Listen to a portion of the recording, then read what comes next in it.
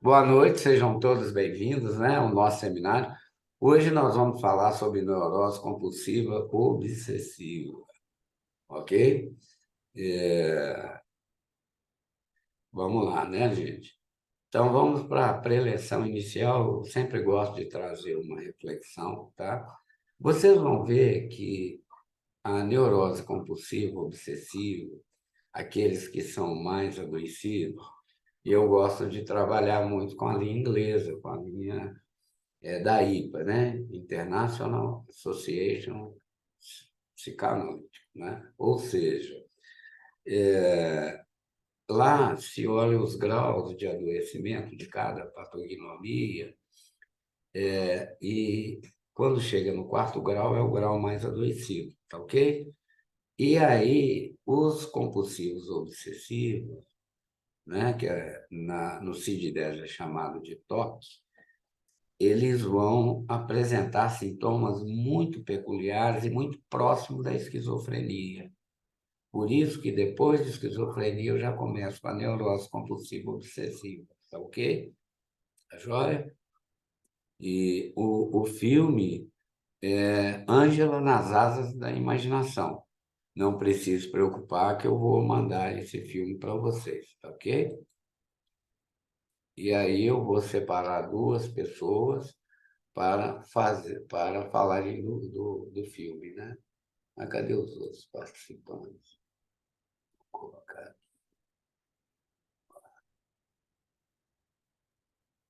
Ah, pronto. Mexi aqui, desregulei. Muito bem. Então vamos lá, né? Psicopatologia do obsessivo compulsivo.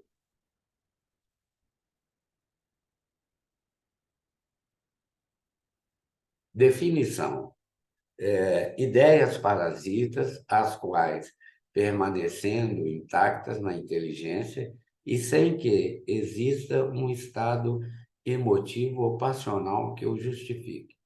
Surgem conscientemente, impõe-se contra a vontade do sujeito, atravessa-se na consciência e penetram no jogo normal das ideias, sendo sempre reconhecidas pelo sujeito como anormais, portanto, estranhas ao eu. Ô, gente, entre uma psicose e uma neurose, principalmente a compulsiva obsessiva, porque numa esquizofrenia, por exemplo, a família sofre junto. Nas neuroses compulsivas, obsessivas ou TOC, esse indivíduo ele sofre muito e sofre sozinho, até porque a família vê que ele se torna um chato. Então, a primeira coisa que um compulsivo obsessivo se torna é detalhista, uma ansiosidade assim desmedida. Se tivesse um cronômetro, um termômetro para medir a ansiedade dele, com certeza esse termômetro estouraria, tá? E olha como é que atinge o psicológico todo da pessoa. A vida afetiva se torna asfixiada, projetos de vida se tornam difíceis de concretização, passam a ser manipuladores, dominadores, possessivos. Então, pasme, 49% da população carcerária é de neuróticos compulsivos obsessivos. Eu participei do primeiro censo criminológico aqui de Minas.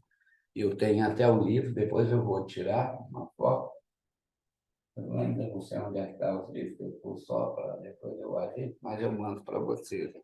Então, nessa pesquisa que nós fizemos, atendendo a vários critérios diferenciais, 49% da população carcerária de Minas é passional.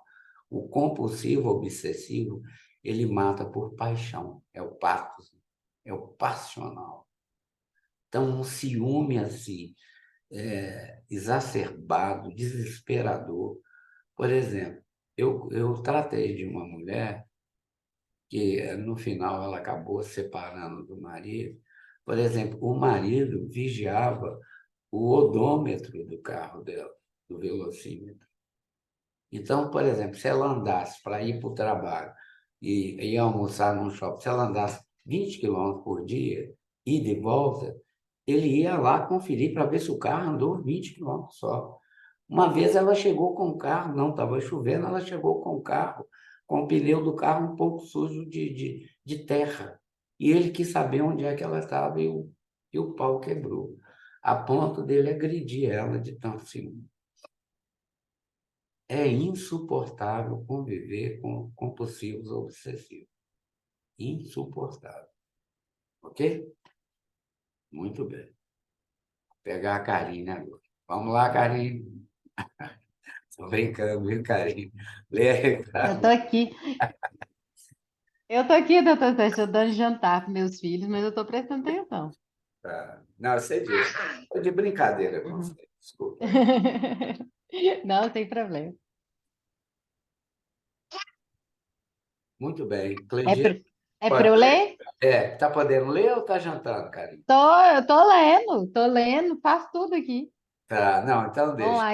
Vamos pedir para a Cleidiane ler, janta com calma, depois você lê, tá joia? Tá bom, tá bom. Eu vou atrapalhar seu papai, não, porque é ruim, né? Na hora que a gente está almoçando, já. Eu tô dando para os meninos, nem é para mim. Vamos lá, Cleidiane. Som. Microfone está mutado, Cleidiane. Está mutado.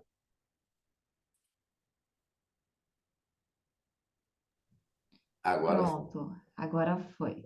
Agora foi. Neurose obsessiva compulsiva por Sigmund Freud. Em As Neuropsicoses de Defesa, de 1894, Freud inicia o seu estudo sobre as representações obsessivas e estabelece a existência de mecanismos de defesa e de repressão como os elementos constitutivos da elaboração das ideias obsessivas. Estabelece como origem dessas ideias obsessivas representações sexuais reprimidas e substituídas por outra representação. Ou seja, todo mundo assistiu aquele filme, me faltou o título dele aqui, com Jack Nixon, que ele era um compulsivo obsessivo e ele lavava a mão desesperadamente. Ele ia para um restaurante, acho que Melhor é Impossível. Eu esqueci o título aqui, me faltou, tá? Então ele ia para um Isso, restaurante, ele levava os talheres, né? isso mesmo. Não é? Qual que era o título? Você lembra, Cristiano? Melhor Eu Impossível? acho que é isso mesmo, melhor. É algo parecido. Algo parecido, eu não É me... algo É um parecido. É filme muito antigo. sensacional esse filme. Então, por exemplo, ele tinha uma obsessão de lavar a mão. Então, toda vez que ele ia lavar a mão, ele tinha que lavar 9 vezes. Cada lavada de mão, ele abria um sabonete, usava e jogava fora. Então, ele jogava 9 sabonetes fora, para ele se sentir confortável que a mão estava limpa. Ou seja, na clínica, se vocês perceberem um compulsivo obsessivo desse tipo, principalmente com sintomas de medo de contágio, o lavar a mão é uma repressão sofrida na infância de masturbação. Ele se sente pecaminoso, ele foi muito reprimido, ele sente que ele é sujo, que a mão é suja e que ele tem que lavar para não se contaminar. Então, até já tive alguns assim que a mãe falava para eles assim, olha, quando era pequenininho, né? Às vezes ele estava brincando, né? Com o pênis dele, né? Que a masturbação da criança muito jovenzinha, é parcial, né? Então ela está lá brincando e a mãe pega e dá aquele piti educacional, né? Vamos falar assim, né? Vai lavar a mão, isso aí é sujo, isso é pecado. Se você brincar com o seu pênis e pôr na boca, você vai pegar um bichinho e pode até morrer. Vai que essa criança adoece por qualquer outro motivo e para no hospital. E aí você acha o que que ele vai imaginar, não é? Que o pênis é sujo, que o pênis contaminou ele, que ele agora vai tomar injeção, vai ficar no hospital por causa de um pecado, né? Que isso é pecaminoso, o sexo é sujo. Então, essas educações de uma pedagogia muito repressora vai fazer com que essa pessoa reprima isso. E olha que interessante, o corpo, o corpo é que nos coloca na sociedade. É através do contato corporal e das trocas, né, de pulsões, é que nós vamos nos colocar dentro da sociedade. Então, muitas pessoas foram reprimidas no conhecimento do seu corpo, dos seus orifícios, né? E eles tornam aquilo como verdade, tá? Aquilo virou uma verdade para eles. Sexo é sujo, né?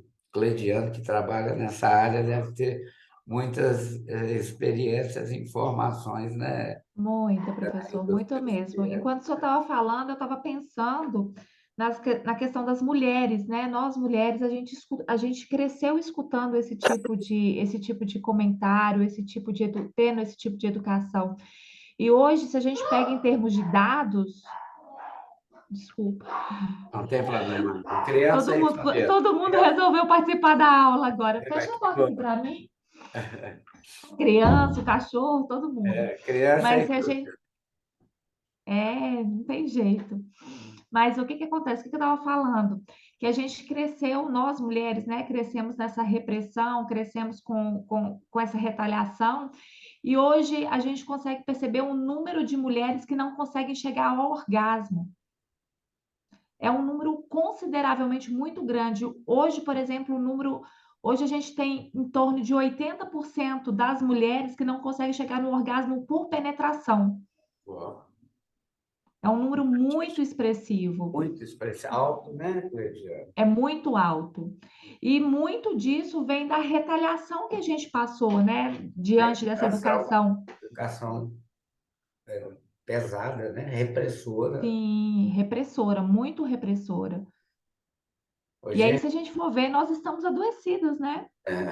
gente, então pasmem, né? E por isso, vamos falar de Brasil, porque Europa, né? Estados Unidos não vale a pena nem trazer a baila. A Europa, a educação na primeira e segunda infância é uma educação conscientizadora que o sexo é importante e faz parte, tá? Dessa interação social. Os nossos órgãos, palavras de Lacan, né? Os nossos orifícios, os nossos buracos, né? Traduzido do francês, é uma palavra até pesada, buraco, né? Mas eles se comunicam dentro da sociedade, né? Por exemplo, o escutar, o gosto, o beijo, o paladar de alguma coisa, o cheiro, a visão, né? Os nossos órgãos genitais e excretores.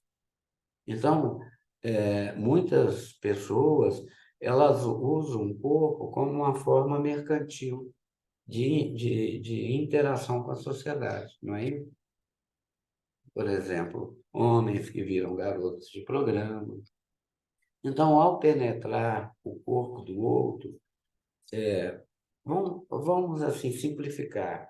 Em um casamento onde um dos cônjuges tem problemas de repressão sexual, aquele casamento ele vai acabar se dissolvendo nisso que a Cleidiane trouxe.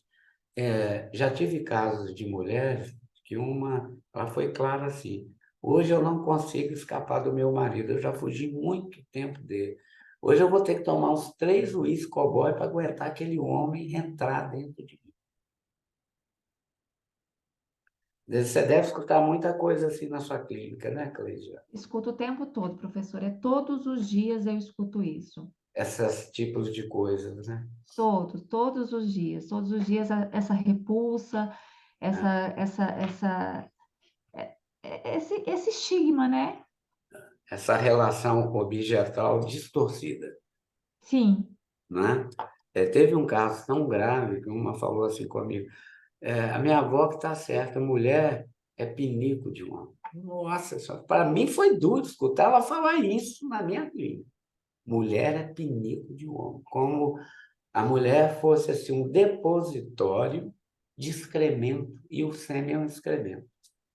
sim, Gente, o sêmen, ele, tanto os fluidos da mulher, são as coisas mais limpas, assépticas do mundo, porque ali vai carregar, a cromatina vai carregar o gameta que vai produzir um novo ser. Tanto é, por exemplo, a sífilis. A sífilis, a criança contrai quando ela sai da frágua materna. Não é quando houve a concepção, não. Aí a criança vai sair, por exemplo, um parto normal, né? Por isso que eles estão hoje vendo isso. Se é sífilis, eles vão fazer uma cesárea. Primeiro limpar bastante para não haver atrito, que aí entra pelos olhos, né? Força, a pele é fininha, tem fissuras e a sífilis vai entrar. Então, vocês viram, assim, é, é, o material genético é limpo demais. Inclusive, aquele líquido que sai primeiro, antes do esperma, ele é antisséptico. Ele vai limpando a uretra para depois vir o material genético. Então, é assim, é falta de informação, é falta de tomada de consciência, essa educação judaico-cristã repressora, não é? E o Brasil é uma população imensa católica, né? De grandes égides repressoras. Então, por isso que a gente vê tanta gente assim, adoecida, não é? Então, olha lá. Vivências dominantes. Um sujeito compulsivo obsessivo vendo um filme, tá? Dando um exemplo aqui. Fenômeno de autochecagem da memória.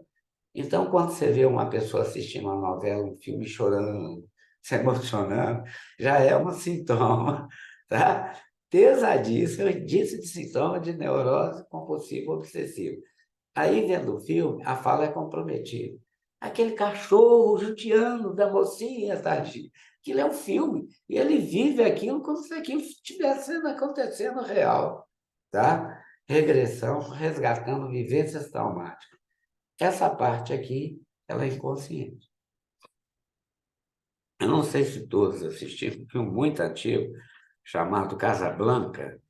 A mulher ia ver o filme, não sei, porque antes era só cinema, né? Ela ia direto ver o mesmo filme. Chegou num ponto do filme que ela se viu se transportando para dentro do filme e era a atriz principal na tela, contracenando com a estrela. Então, eles vivenciam um filme e xinga. Ah, se escuta uma notícia que não é bom para os ouvidos dele, um repórter, ele xinga o repórter como se o repórter estivesse escutando ele. E que o repórter fosse culpado de dar notícia. É cômico. Tem que se segurar para não rir de uma pessoa dessa. Você desculpem, mas assim, eu já presenciei, uma vez eu saí do cinema, muitos anos atrás, e o filme era Conan. Eu fui lá, fui assistir, falaram que é o filme, era legal, fui lá. Teve um cara que saiu do cinema, assim, adulto, se fosse um jovenzinho, um adolescente, mas assim, sabe, lutando com a espada, assim, sabe? É isso aí, Conan, mata ele. Meu Deus, o cara não prestando, assim, é um papel ridículo. Então, um exemplo de um filme, para vocês verem como é que é fácil. Aí, na clínica, você pode falar assim, fulano, se você desconfiar, assim, como é que você comporta diante, quando você assiste um filme de drama, que a mocinha sofre?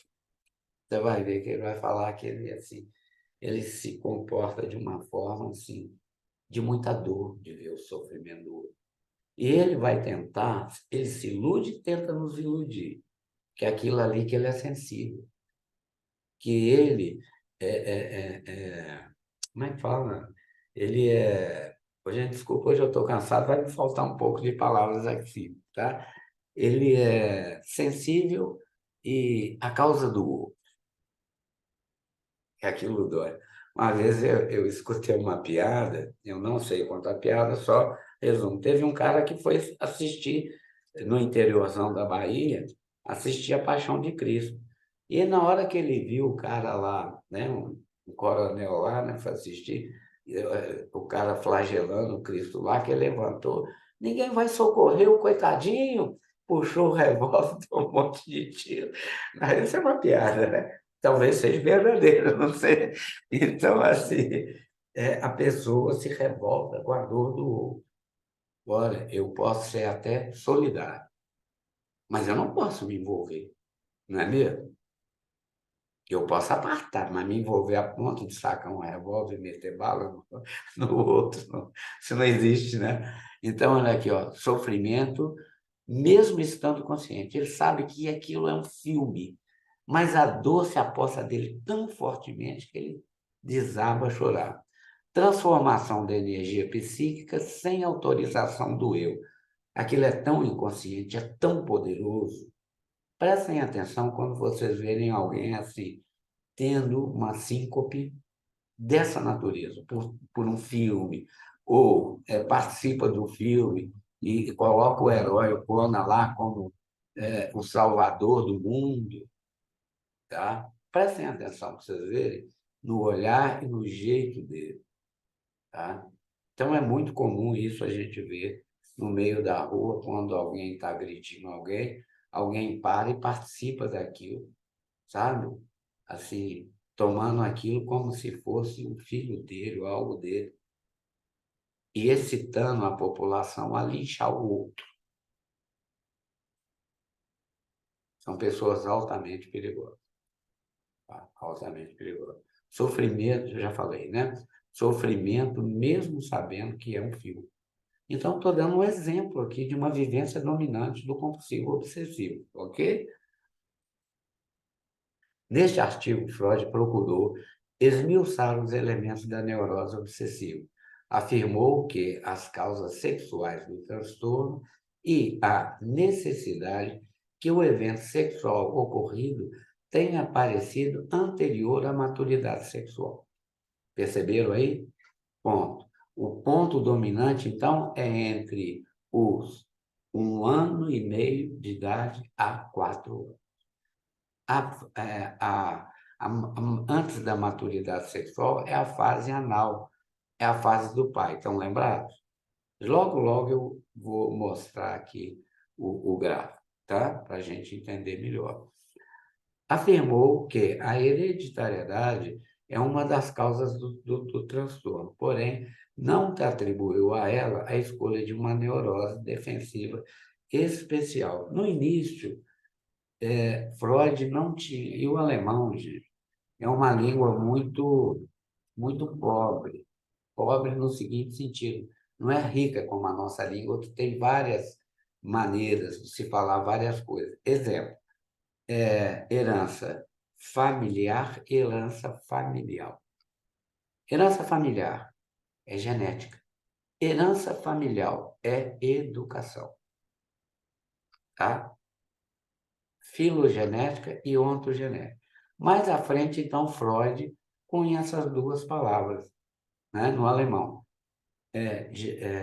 Herança genética e herança ontogenética, ou seja, é cultura, a ontogenética, ok? Então, no primeiro momento, ele achava que ele falava hereditariedade, mas não hereditariedade genética, ok? Tá? Então, vamos lá. Neurose compulsiva obsessiva. Vamos entender o esquema axial deles, tá? Então, eu fiz esse gráfico aqui, tá? Desejos inconscientes. Ele tem aversão. Por exemplo, reprimido na questão masturbatória. Tá legal? O exemplo vai ser esse. Então, ele tem um desejo inconsciente, mas, ao mesmo tempo, por ele ter sofrido, ter tido uma educação opressora e reguladora e humilhante, o desejo vem é maior. O que ele usa, então, como forma de relação objetal para mitigar a pulsão dele? Ele começa a lavar a mão desesperadamente. Eu esqueci o nome de uma atriz global, ela era até famosa da novela. Gente, essa menina, na época, menina que era muito jovem, né? Eu vou lembrar o nome dela aqui, tem até no YouTube. Ela teve que ser internada no hospital com queimaduras de 3º grau. Quando viu o desejo, ela se sentia tão suja que ela entrava para debaixo do chuveiro, ficava 2 horas debaixo da água mais quente que vocês imaginaram. Teve um dia que a aflição dela, a ansiedade foi grande, ela desmaiou e a água foi queimando o corpo dela, a ponto de queimaduras de 3º grau.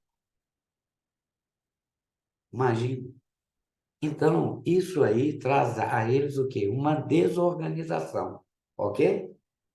Registros privilegiados na memória. Nossa, eu sou pecador, eu sou culpado. Mamãe me pegou me masturbando, me bateu, me xingou, me execrou, mas mamãe tinha razão. Isso é coisa do demônio, isso é coisa do pecado. A memória deles, né, a gente brinca aí, né, são memórias de elefante. Mas, se bem trabalhadas, né, depois na clínica, eles são pessoas que têm uma capacidade de retenção de títulos, né, de teorias imensas, mas tem que ser trabalhado. Tá? Leitura é utilizada na produção de ideias dialética e antidialética.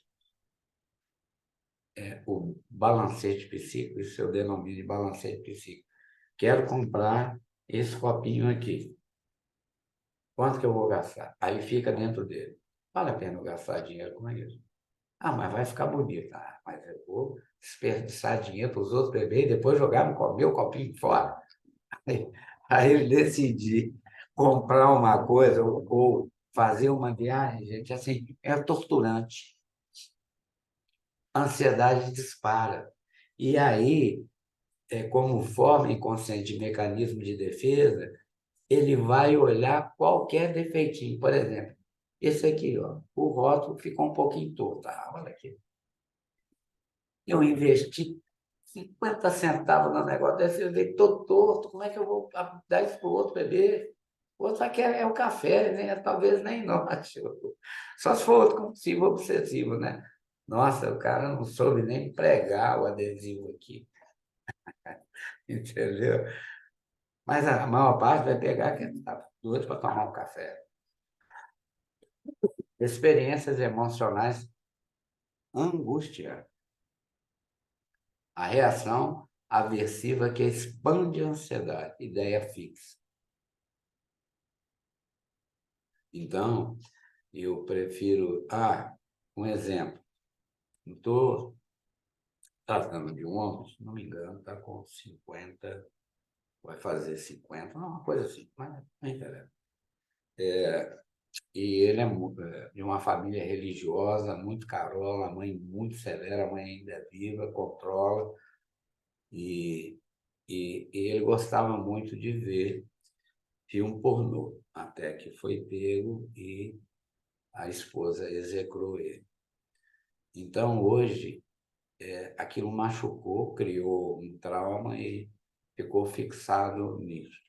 Né? Que a esposa espalhou para todo mundo, que eles são envergonhados, se envergonham fácil, se sentem mal, não acha que isso é coisa do humano, isso é natural. Tá? que ele é sujo, que ele é errado, o que que ele... Olha o mecanismo que ele criou para não assistir mais. Aí ele fala isso para ele direto, né? Ele me falando na clínica. Você sabe o que que eu faço agora? Não, fulano. Como é que você se comporta quando dá vontade de ver o filme pornô? Eu penso que aquela mulher morreu, aquele homem morreu, e aquele material ruim deles vai apossar de mim. Aí eu não vejo mais. Eu penso que o artista e artista pornô morreu. Um deles morreu. E que aquele fantasma, aquela sujeira vai se apossar de mim. Tenho controlado bastante. Não assisto mais. Mas faz o que com ele? Se tortura. Então, o que a Cleidiane disse, né? Educação, né, Cleidiane? A que ponto que as pessoas se torturam? A que ponto? Claro, o obsessivo é assim, né? Quando ele via filme pornô, estava deixando de trabalhar, não queria mais se relacionar, né? Na conjunção carnal com a esposa, mas só vendo filme, só vendo filme, só vendo filme. Aí também, quando parou, agora é só criticando e se culpando, se sujando. E no caso dele é pior, porque tem um coeficiente religioso. Então, as religiões também imprimem sobre nós processos de culpa, né? Tremendo. Até aí tudo bem, gente? Tranquilo? Cristiane, lê para nós, por favor. Professor, só uma dúvida do esquema anterior, aquela partezinha que está a versão, Ah, é, ah, eu não entendi como que ela faz parte desse esquema aqui. tá, olha, nesse caso clínico que eu trouxe, ele tem desejo de voltar a ver filme pornô, tá? É aquele desejo e ele controla de todo jeito. Como que eles criou um mecanismo? Tomando aversão, Ah, entendi, entendeu? entendi. Então, por exemplo, no caso do exemplo do cara que quer se masturbar, ou a mulher, aí vem aquele desejo, e ele já controlou o desejo. De que forma? Que aquilo é sujo, é pecaminoso. E aí ele cria uma situação simbólica de que lavar a mão, lavar a mão, lavar a mão. É a aversão, mas isso não é consciente não, tá? Sim, É uma aversão da pulsão do desejo, ok? entendi. Entendeu? Tá, Tranquilo? Então, tá joia. beleza. Lê para nós. Vamos lá. Para Freud, as diferenças entre as diversas neuroses são demonstradas na forma como as ideias reprimidas retornam, na maneira como os sintomas se formam e no rumo tomado pela doença. Porém, o caráter específico de uma determinada neurose está no modo como se realiza a repressão. Entendeu aí agora, Cristiano? Está no Uhum. modo de como se realiza a repressão. Um denominou que um daqueles atores pornô morreu. E ali, vendo aquilo, ele pode estar contraindo a sujeira que aquele desencarnado traz a ele. Viu como é que é uma versão religiosa, assim, mal maquiada? Sim, Percebeu? É isso aí.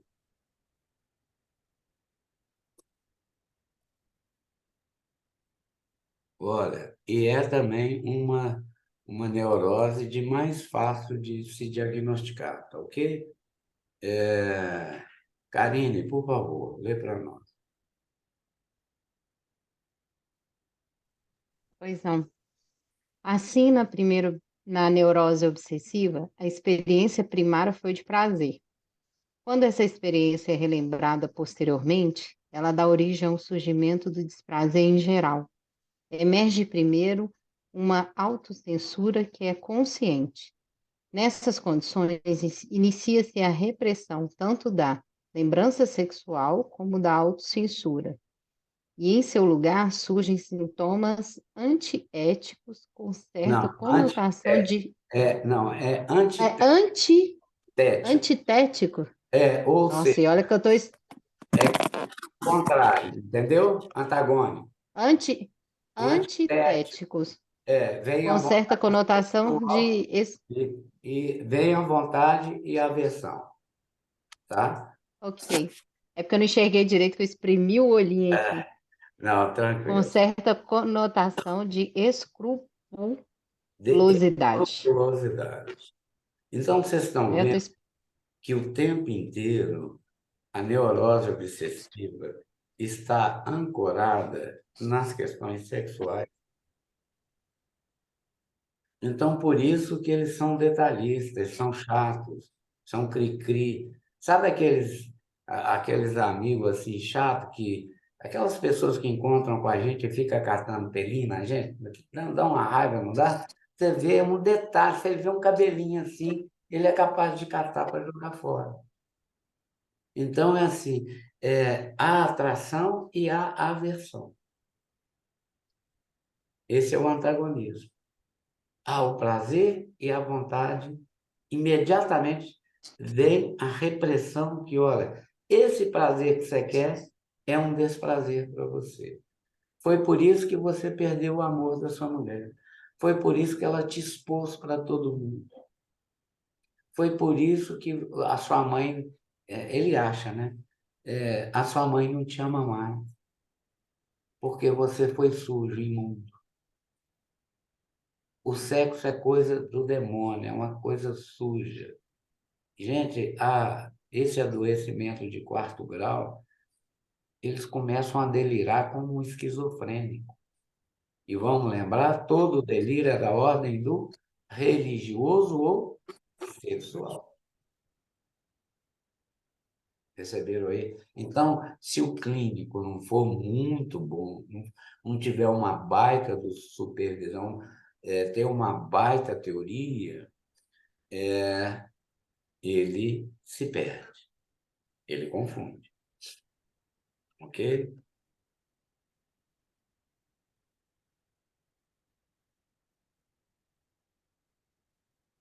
Leandro, lê para nós, por favor.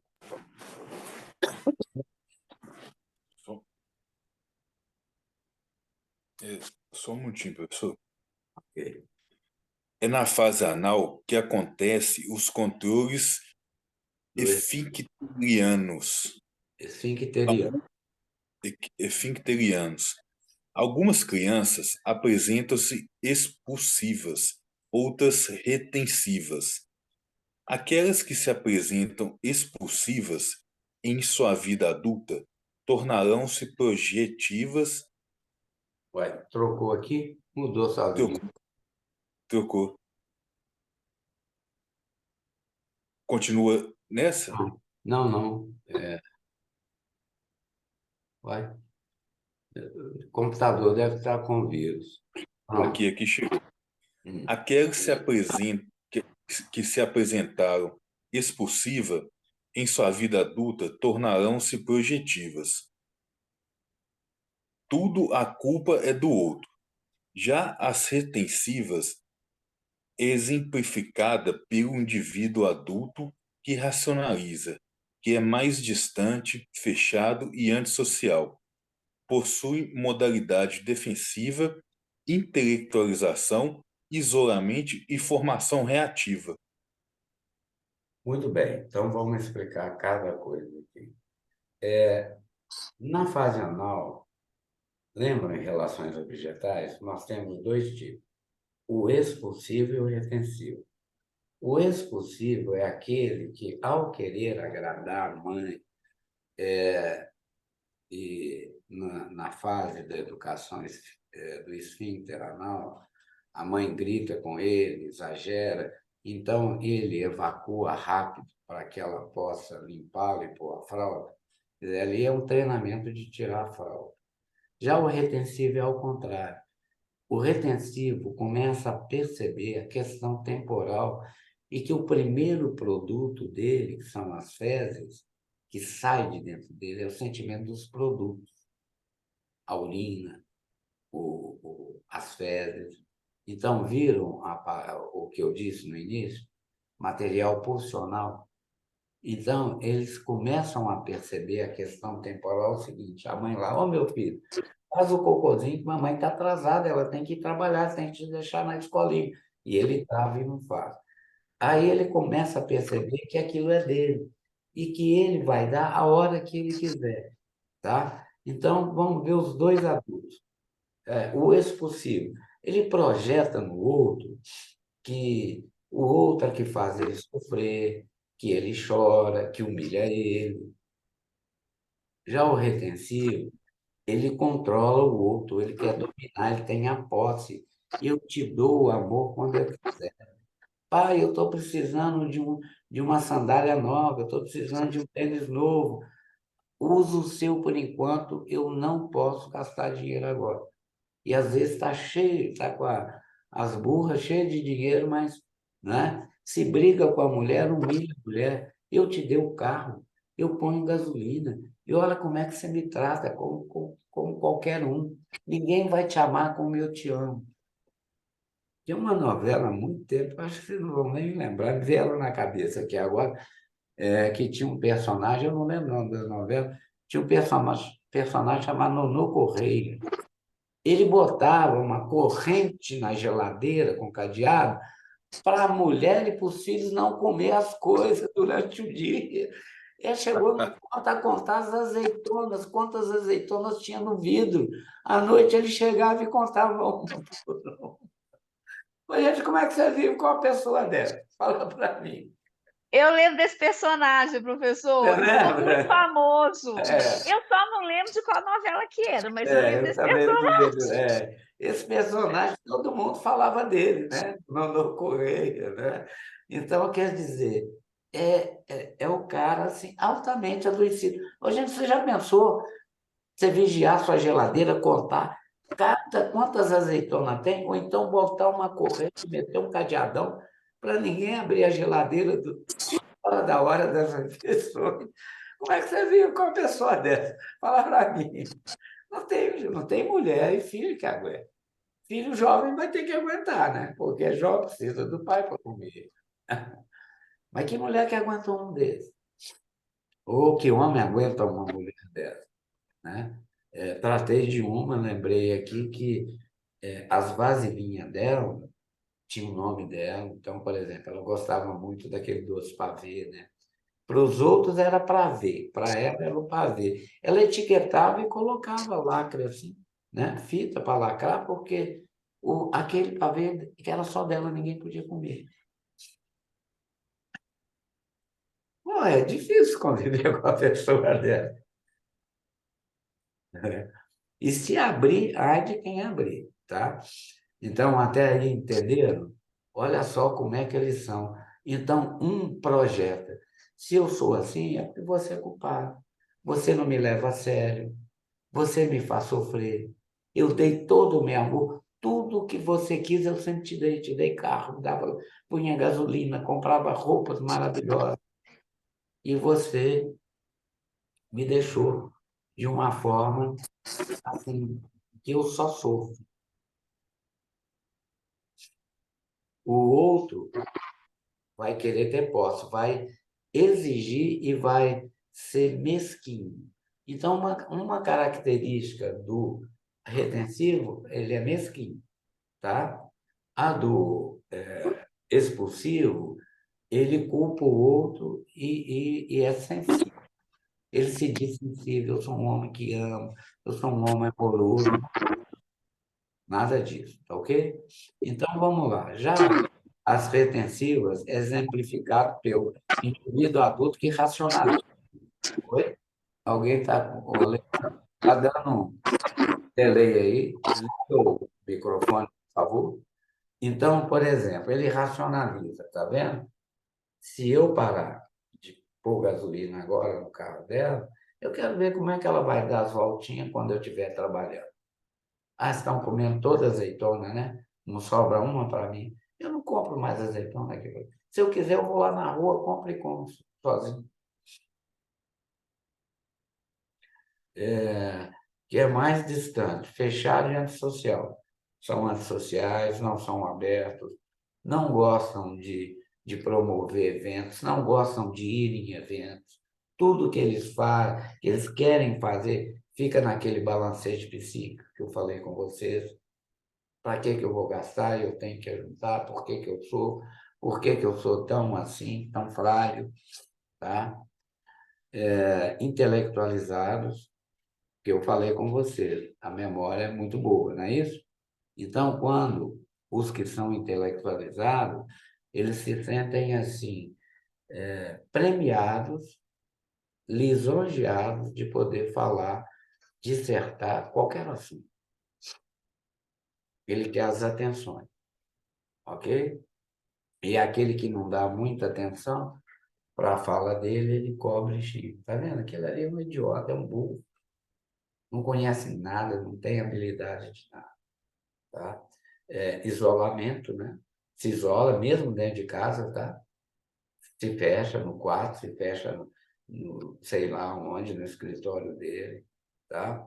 E tem uma formação reativa. O que é a formação reativa?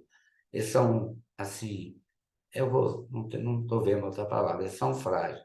Qualquer coisa que sai do controle, ele agride.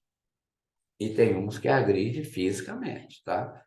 Podendo levar o outro à morte. Tá? E se sentem, assim, injustiçados, tá? Injusticeiros, ok? Vamos para mais um esquema aqui. Olha lá. Toda tendência psíquica é como uma ingestão. Então, o nosso aparelho psíquico é como o nosso aparelho digestivo. A gente coloca pequena quantidade de comida na boca, mastiga, né? Faz a primeira desmembramento das moléculas para depois o estômago macerar e continuar esse processo. Então, eles não são reflexivos, eles não têm, eles vão dar passagem ao lado. A pessoa fala uma coisa com ele, é como se ele pegasse aquilo tudo e engolisse, pegasse dos 100 gramas de carne assim, de uma vez toda e tenta engolir aqueles 100 gramas de carne. Tá? Ele fica entalado. Então o negócio entra no ouvido dele como um torpedo, aquilo explode, entala ele por dentro. Aí ele reage. Tá? Tem que haver retenção. Então, o que é a retenção psíquica?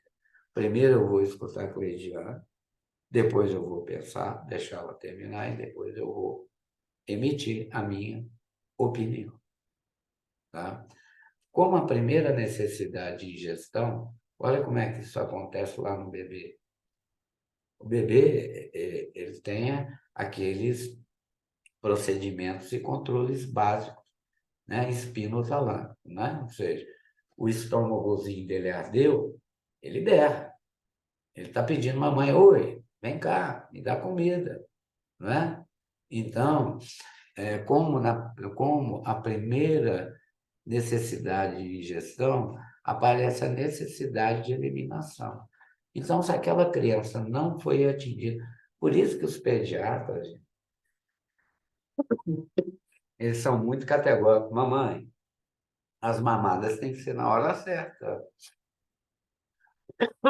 Assim, de 2 em 2 horas. O neném tem que controlar o sono, porque senão ele vai inverter o dia pela noite. Fulano, calma. Escuta o que eu estou querendo te dizer. Você não está entendendo? Você está precipitado.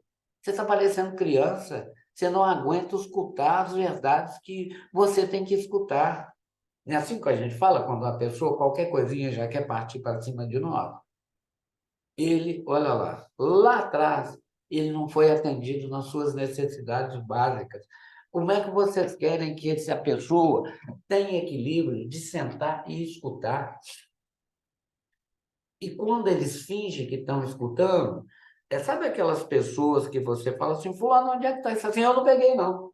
Você nem deixou eu acabar de falar o objeto que eu estou te pedindo. Mas eu já vou te falar, eu não peguei, eu não mexo nas suas coisas. Claro que aí mexeu, né, gente? Claro que aí mexeu. Ele está usando do quê? Da formação reativa. Bateu, valeu. Tá? Tem que haver uma eliminação balanceada. Escutei, Cleidiane, deixa eu te falar uma coisa. As coisas não são bem assim, para mim. A verdade é a verdade, sujeito. E eu não estou conseguindo raciocinar dentro disso que você está me dizendo. Pode ser até por uma deficiência minha, viu, hein? Então você tem que saber escutar, falar, balancear, porque senão você sai assim, afastando todo mundo de você. E aí você começa a projetar e culpar o outro. Ah, a culpada é ela, deixa. Nunca mais eu quero ver Cleidiane. Eu estou me sentindo sozinho agora. Esse é o daquele dia ou é o outro, Cleidiane? Esse é lourinho, o outro é moreninho, né? Oi? Esse é o loirinho. Ah, Ah, lourinho, que você tá bom? bonitinho. Como é que é seu nome, moço? Moço Como que é seu bonito? nome? Fala para ele. Fala para Lucas. mim. Ah, que bonito. Eu sou o Sérgio, viu? Esse é o professor da mamãe. Tá bom? É isso aí. Dá tchau para ele. Dá tchau para Cris, para o Leandro. Isso aí. Então vamos lá. O ego Vai lá, trabalha vai. seletivamente na percepção. Então, quem vai ditar o que eu devo ou não? Por exemplo, o Cristiano está falando comigo. Aí eu estou escutando. O que eu devo ou não apreender ou até contradizer é o meu ego equilibrado que vai falar assim, Sérgio, olha, pensa bem, talvez está faltando um pouco de informação básica para a Cristiane nesse momento. Então, não vale a pena continuar nesse debate inútil, indo e voltando, ela querendo ter razão, eu querendo ter mais razão do que ela. Isso acaba em vias de fato, né? E também na autorização que dá ao outro, que dá aos outros impulsos à mobilidade. Ou seja, eu posso agredir, atacar, a Cristiano me segurar. Vamos supor assim, um exemplo que ela me distratou de todos os jeitos. Eu posso atacar, ou vai depender de mim. Agora, se eu me conter, depois eu não posso. Olha o neurótico, tá vendo? Aí vai para casa todo cheio de frustração, não consegue, não tem enzimas psíquicas, isso é metafórico, tá? É igual você come um pedaço de bolo, carne muito grande, você tem que ter suas enzimas lá para poder diluir aquela macromolécula, não é isso? Então eu escutei uma coisa, fui agredido, metaforicamente, eu não tinha enzima psíquica para dissolver aquilo que ela me falou ou que ela me expôs. Aí mesmo que eu me cale, eu vou ficar tensa, eu vou reter, tá? Eu queria agredir, mas eu retive. Mas aquela retenção eu não consegui diluir, metabolizar. Aí eu chego em casa, você é um covarde, você é um frouxo. Por que você não mandou aquela mulher para aquele lugar? Por que você não falou um monte de coisa para ela? Então, o que adiantou eu reter? Se depois eu vou voltar aquilo contra mim. Covarde, fraco, frouxo. Ao invés de pensar assim, realmente, ela exagerou. Mas, olha, eu consegui diluir isso e sair por cima. Eu não dei o meu direito para ninguém. Amanhã ela vai repensar. Daqui uns dias eu vou procurar e vou conversar isso de uma outra forma com ela. Então chama equilíbrio. Isso chama comunicação. Para ter comunicação, você tem que ter todos esses processos aqui bem equilibrados. E o que a Cleidiane faz com os pacientes dela? Tenta equilibrar isso tudo, não é isso, Cleidiane? Para que ela possa ter enzima psíquica para ver que ela não é suja, ela não é culpada, isso não é pecado, não é? Que ela tem o direito de ser feliz, não é? A Karine lá no trabalho dela, a Cristiane que mexe com o ser humano, né? A Cristiane que é treinadora de ser humano, né? Então tem que absorver, tem dia que tem que lembrei de um filme chamado Magnolia, vocês já assistiram? Que no final tem uma chuva de sapo, E metáfora, é sapo mesmo, jogar sapo de verdade no cara, né? Que o cara aprendeu, falou assim, nossa, minha vida é um desastre, eu tenho que engolir tudo. Eu engulo um sapo todo dia. Aí no final aparece aquela chuva de sapo. É um filme de arte, gente, é bonito demais, chamado Magnolia. Era de uma criança. Você lembra daqueles programas que as crianças superdotadas iam para a televisão responder quem era a musa, qual foi essa musa, que ano que ele fez, e ganhava um dinheirão, né? E até era mais de família pobre, ficava naquela ânsia de ganhar o dinheiro para poder cuidar dos pais. Tanto é que aquele menino, o Ferrugem, nem não sei o nome dele, mas o apelido que era do Balão Mágico, né, novinho, ele sofreu de ananismo psicológico, porque depois de uma certa idade, depois de uma certa altura, não podia mais continuar trabalhando no balão mágico. Tinha que ser pequenininho, porque era criança da primeira infância, né? E aí, ele era rim de família, e ele ficava desesperado. Eu vi uma entrevista dele no jogo, assim, como é que eu vou fazer se eu sair do programa? Como é que eu vou matar a fome da minha mãe e do meu pai? Olha que ponto que o psiquismo humano chega, gente.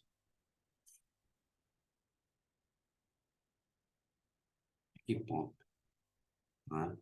O equilíbrio só acontece quando é coordenado por quem está em equilíbrio. O que eu quero dizer com isso? Uma chefe desorganizada, descoordenada, como é que ela mantém um equilíbrio é, é, é, do time dela? Um técnico de futebol, de vôlei, que vive gritando, espumando, mete medo nos atletas. Como é que esses atletas podem até jogar bem em certo período, mas como é que eles vão ganhar algum campeonato? Não vão. Que o medo de errar, olha, o medo de errar faz com que você perca. Concordam comigo? O medo de você errar, você acaba errando, você perde. Então, é igual dirigir carro ou digitação. Se você ficar olhando os teclados, você erra. Não, tá, já decorei cada posição das letras, não é assim? Aí você vai lendo aqui e vai digitando, você vai passando a marca. Então, como que eu posso dirigir uma equipe se eu sou um desequilibrado? Ok?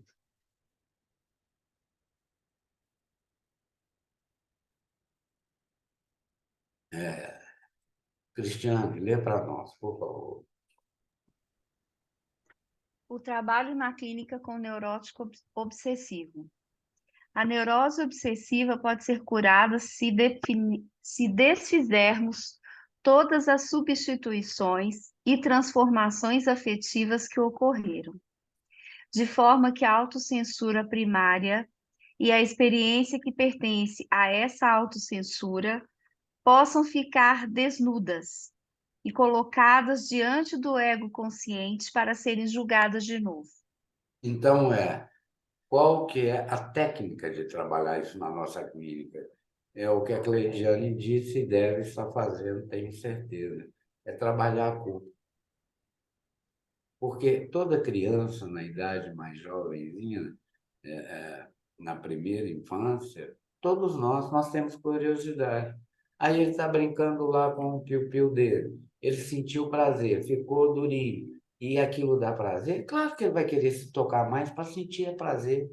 Não é igual comer, por exemplo, um pedaço. Oh, meu filho, eu não quero comer, eu não gosto de melancia, não gosto de melancia, só esse pedacinho aqui. Aí depois você tem que tirar a melancia, senão ele comeu uma melancia de 1 quilo toda, não é? Então, isso é meu, isso é de vocês. Isso está escrito e circunscrito na genética da criancinha que está saindo da fragua materna agora. Acabou de nascer. Tem médicos e tem enfermeiros e pais mais equilibrados que vê a criancinha fazendo movimento de corpo pêndulo. A menininha que recém-nascido, o piu-piu dele fica durinho. A menina aperta as perninhas. Como é que a gente vai proibir isso? É claro, nós temos que desviar a atenção. Por exemplo, se você achar que o processo de conhecimento de uma criança está muito, como é que eu vou dizer assim, muito constante, e ele não está perdendo outras coisas por autoconhecimento, se tocar, você pode ter certeza que ali já teve repressão educacional e religiosa. Não tenha dúvida. Então, o que que tem que fazer? Na hora, ensinar a mãe. Você está achando isso, na hora que você pegar ele, em vez de gritar, chamar ele de imundo, chamar ele de pecador, que isso é coisa do mesmo. Ô, filhinho, vamos ali chupar um picolé? Vamos ali na padaria comprar um picolé? Pronto, a criança perde a atenção rápido. Criança não é igual adulto que tem que ir até o final, não. Por isso que Freud foi muito sábio quando ele escreveu: a pulsão sexual na criança é parcial. Ela vai só até um certo ponto, depois ela perde interesse. É um descobrimento, é um descobrimento da sua sexualidade. Ok? Essa aqui eu já li, já reaviva a minha memória. Já. Muito bem. Então vamos lá. O primeiro conceito de Freud sobre ideias obsessivas foi em 1896. Foram 11 anos depois que ele começa o advento da psicanálise. A psicanálise ela começa no movimento político. Em 1885, quando Freud foi fazer a sua residência na França com um médico psiquiatra muito famoso da época, chamado Mario Charcot. E a técnica que Charcot empregava era a hipnose.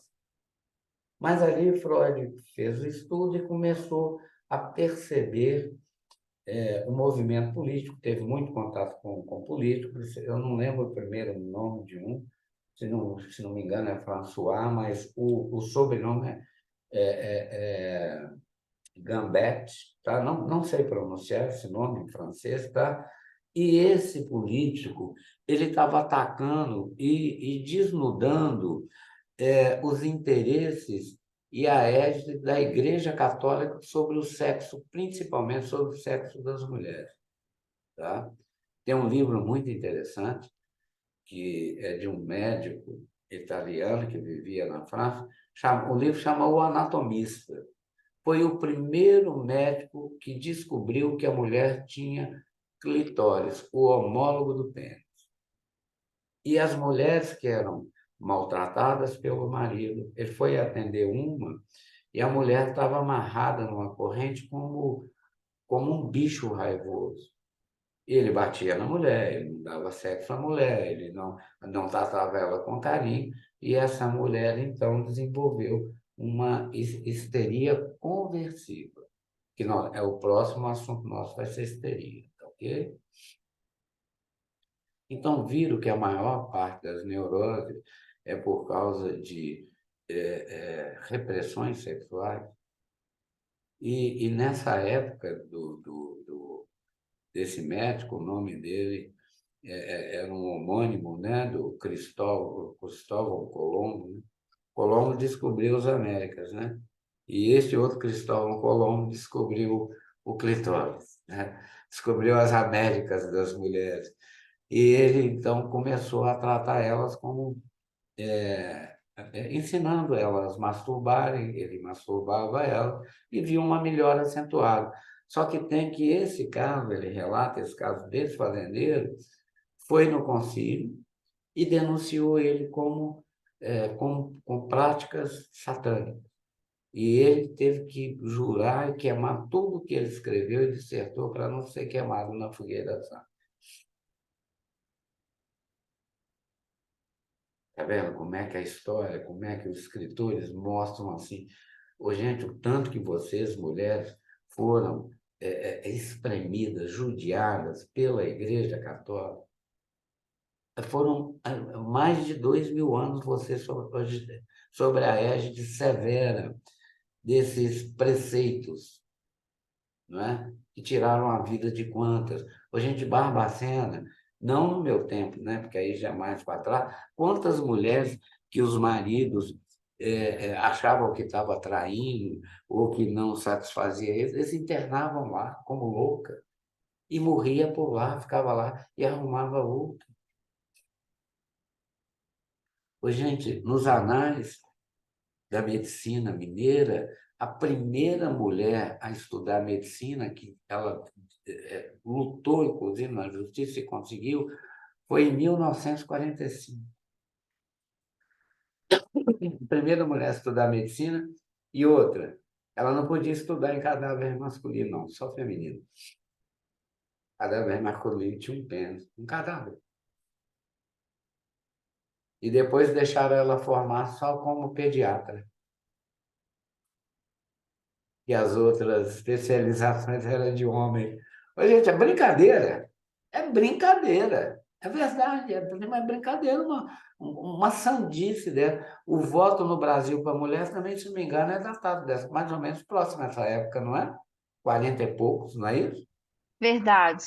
E até pouco tempo atrás, o CPF das mulheres ele era do marido. Era associado ao marido, era o mesmo do marido. Pra vocês terem ideia. É. Então, nós já vivemos essa tragédia, né? Cômica, brincadeira. A neurose obsessiva constrói um conjunto de outros sintomas, que são as defesas secundárias, tá? Tem um sintoma que é muito enrustido, tá? Que é reprimido, que a gente não entende determinados comportamentos bizarros, e tem aquela secundária que vê, você me traiu, você me trocou por outro, eu te dei tudo, eu fui o melhor homem do mundo, você não conseguiu perceber, agora eu quero que você passe fome, sai da minha casa, e por aí vai. Aquele melodrama, não é? É, Todas essas defesas se agrupam para combater o material reprimido, para ele não sentir aquele trauma daquela dor, que ele foi humilhado lá na idade primeira, sabe? Na idade mais jovem, assim, tá? Seu vagabundo, você é um sujo pecador. Olha, pelo amor de Deus. Mas é assim, né?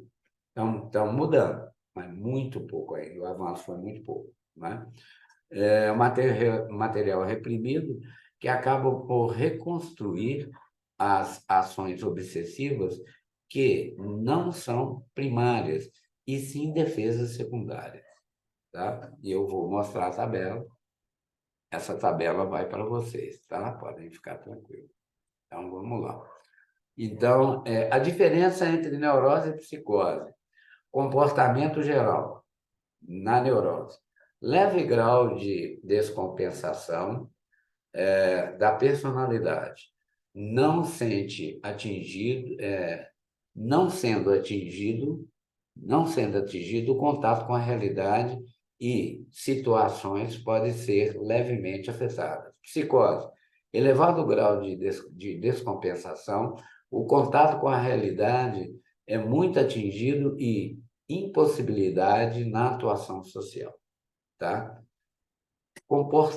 Natureza dos sintomas no neurótico, compulsivo obsessivo, na neurose, perdão, de um modo geral. Grande amplitude de sintomas psicológicos e somáticos. Sabe? Aí vem a dor no trapézio, aí a mão começa a formigar, o braço fica dormente, sempre o esquerdo, e aí uns falam assim, cuidado que isso aí pode ser um início de infarto. Infarto sempre dá na mão, no membro esquerdo, e os dedos começa com o dedo formigando e depois vai, né? Então a pessoa assusta, né? Nada passa mais do que uma somatização. Ô, gente, o infarto você só vai saber quando você tiver, e aí já é. Né? Sente dor precordial, sente dor no peito, mas eles relatam como se alguém tivesse enfiado a mão lá dentro e exprimido o coração dele. Aí dá um nó na garganta, angústia, ele perde a capacidade de respirar. Perdeu a capacidade de respirar, não pensa, entra em desespero. Na psicose, grande amplitude dos sintomas psicológicos, presença de delírios e alucinações, embotamento emocional e comportamentos anormais. Tá? Orientação na neurose. Raramente perde a orientação ambiental. Ele sabe que há algo errado, mas ele sabe que ele tem que andar dentro da linha. Os compulsivos obsessivos, lei é lei. Leia para ser cumprido ao pé da letra, tá? Por exemplo, tem pessoas que na hora de fazer o imposto de renda, ele sabe que ele pode descontar algumas coisas, que tem, o contador tem algumas estratégias para poder. Não, eu tenho, estão me roubando, mas eu pago para eles aprenderem que eu não dou o braço a torcer. Eu sou o mais honesto de todos, tá? Na psicose, raramente tem compreensão do seu estado. Tá? Autoconhecimento, que geralmente tem certeza, tem certa compreensão da natureza do seu estado psíquico. Psicose, raramente tem compreensão do seu estado. Aspectos sociais, raramente, no neurótico, raramente seu comportamento é prejudicial ou perigoso para si ou para a sociedade. No caso deles estarem altamente adoecidos, quando os compulsivos obsessivos, quando ele tiver um surto, uma síncope, ele vai lá e mata por ciúme e fala que aquilo matou por amor, que não ia aguentar perder a amada para o outro, ou vice-versa. Na psicose, frequentemente seu comportamento é prejudicial ou perigoso para si e para a sociedade. Tratamento médico raramente necessita de uma internação hospitalar, tá? Hospital psiquiátrico. Os mais adoecidos, sim. Na psicose, geralmente precisa de internação hospitalar. A maior parte dos esquizofrênicos tem várias entradas e saídas em hospitais psiquiátricos, ok? Tratamento jurídico, normalmente imputável e capaz. Então, quando um compulsivo obsessivo mata, ele vai preso, tá? Vai sofrer todas aquelas sanções, todas aquelas humilhações judiciais. Na psicose, geralmente inimputável, penalmente incapaz civilmente, ou seja, é tirado dele a capacidade de gestão de vida dele e ele vai ter que submeter a uma internação compulsória que o juiz determinar, se ele matar alguém, ok? Vai ter que cumprir um tratamento de 10 anos no hospital psiquiátrico, tá? E o gráfico que eu falei, que ia mostrar para vocês, são esses aqui, ó.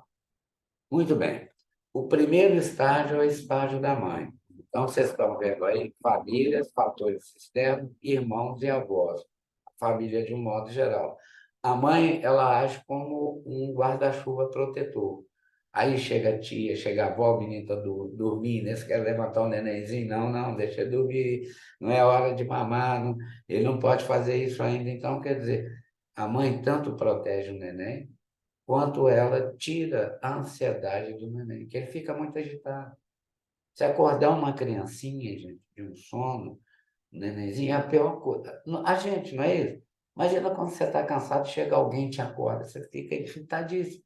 Agora imagina o neonato, que não tem ideia do que está acontecendo. Tá? Então, vou falar só mais desse gráfico, e aí nós vamos terminar aqui. Eu vou mandar para vocês o filme Ângela nas Asas da Imaginação. O trabalho vai ser conjunto, tá? Ângela é uma menina de 9 anos, mais ou menos. Não relata a idade, mas dá a sensação entre 8 e 10 anos, tá? E a mãe é uma deprimida que fica entrando e saindo de hospital psiquiátrico. E a Ângela assume o papel da mãe na família. E tem que cuidar da irmãzinha Ellen, de 4 anos. Tá? E aí vocês vão, dentro do que eu falei, vocês vão anotar sintomas, principalmente dessa tabela aqui, tá ok, gente? Ok? Diferenças. E aí nós vamos discutir, nós todos juntos, dando espaço para todos, e falando sobre os sintomas, por que a hipótese diagnóstica dela, esse é o meu entender. É uma criança já muito adoecida, compulsiva e obsessiva, tá? Então, nós vamos começar a aprender a discutir caso clínico. O primeiro caso clínico vai ser um filme, ok? Então, o segundo gráfico, tá? Que eu desenvolvi. Olha lá, evolução da psique segundo momento. Já no segundo momento, se o primeiro momento é a idade a fase oral, é a fase oral, estágio oral, tá ok? Fase ou estágio oral. Viram aí o EO aqui no gráfico? Ok? Estágio oral. O primeiro estágio da criança é a mãe. A mãe é que fala por nós, a mãe é que sente por nós. Por exemplo, se ela está gripada com febre, ela costuma enrolar o filhinho dela achando que o filho também está sentindo frio. E às vezes está um calorão danado, tá ok? Esse olhinho aqui é o id. A criança, quando ela sai da fralda materna, ela é energia, ela é fogo puro, ela bate os pezinhos, a mãozinha grita, ela quer cola, ela quer o calor da mãe, ela quer esquentar, ela quer ser saciada, ok?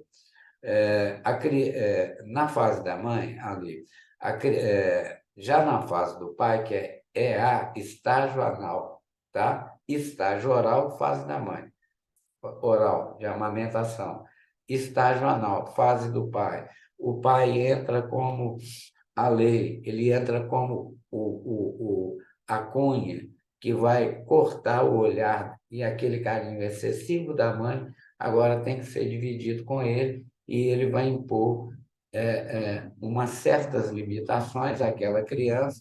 Por exemplo, não, você não vai dormir na nossa cama, não. Eu e mamãe que dormimos juntos, um exemplo, ok? Muito bem. A criança descobre que ela não tem ego. Quem fala por ego é a mãe. A criança tenta formar seu próprio ego. Mamãe, eu quero chips, eu quero carninho, eu quero Coca-Cola, por exemplo. Então, o primeiro ego nosso é um ego rudimentar, que é o ego da mãe. A mãe é que fala o tempo inteiro, durante 2 anos da nossa vida, o que a gente deve ou não deve comer ou fazer. Quando a criança coloca a sola dos pés no chão e fala, eu quero, eu quero. Todos os pais deveriam cair de joelho, chorar e abençoar aquele eu. Porque a criança não vai ficar fixada na fase oral. Então, ela não vai ser uma esquizofrênica. Perceberam aí a delimitação de cada estágio é um ponto dominante para uma doença? Se nós ficarmos retidos, o ser humano, filhote humano, na fase oral, quando ele chegar na fase adulta, ele vai esquizofrenizar. Ok? O ego é reservatório da libido, ou seja, tudo que eu receber e tudo que vier do meu id, então o superego será a nossa boia. Vamos pensar numa caixa d'água, tá ok? Cano que traz a água da rua, vem com muita pressão. Se não tiver uma boia, aquela caixa d'água transborda. Então, vocês viram aqui o hidrante transbordando água, ou seja, o que é esse? Toda a casa tem um ladrão, tem um cano que vai para fora de dentro de casa. Porque se a boia falhar, ele joga aquela água para fora para não inundar a casa, não é isso? Então, o que é o sintoma? O sintoma é esse ladrão que está jogando para fora. O sintoma, a energia que está imensa dentro de mim e o meu superego não consegue conter a porção do id. Aí é um conflito entre id e superego. O ego fica desnorteado. E aí nós transformamos, o humano transforma isso em roubar energia, jogar energia fora. Entenderam a metáfora aqui que eu construí da caixa d'água? Muito bem.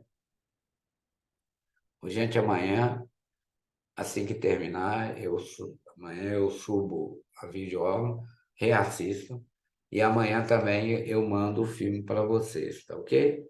Ângela nas Asas da Imaginação. É um filme também, um filme de arte. Ele é mais demorado um pouquinho, acho que é 2 horas e tanto, tá? É um filme grande.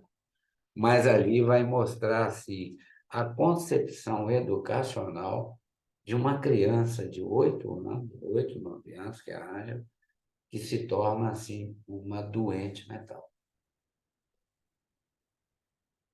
Muito bem.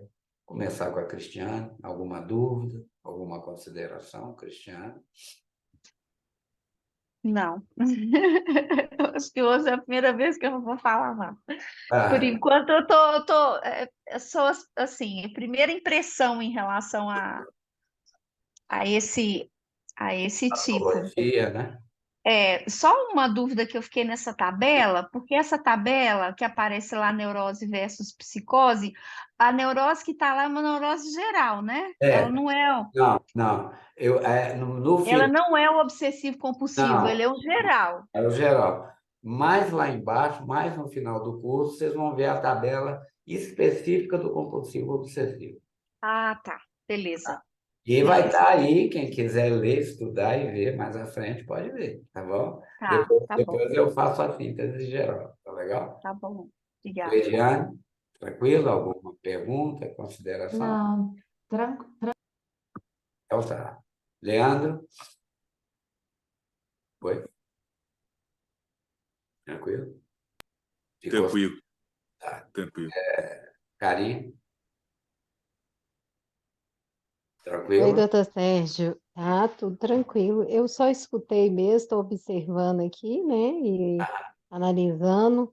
É um seminário, assim, bem, assim, traz a gente, assim, uma reflexão, né, e percebe-se também a linha tênue da distinção entre a esquizofrenia e essas neuroses, né?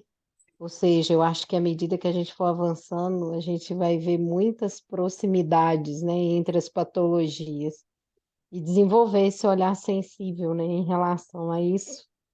Até para a gente fazer um bom hipótese diagnóstica, né?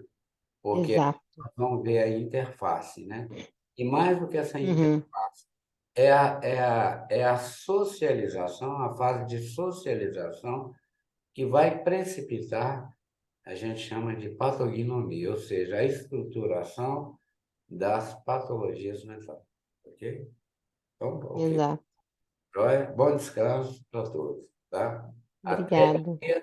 próximo encontro nosso, é dia 26, não é isso? Hoje é. Isso. Não, eu estou em setembro. Eu estava falando Não, de setembro, né? Então, hoje é 15, dia 29. Tá joia? Forte abraço. ok. Amanhã Até Boa também mais, noite. doutor Sérgio. mando Boa noite. boa noite, gente. Obrigada. Até mais. Tchau, Tchau, tchau. tchau. Tchau, rapazinho. Tudo de bom. Tá dormindo aí. Tchau.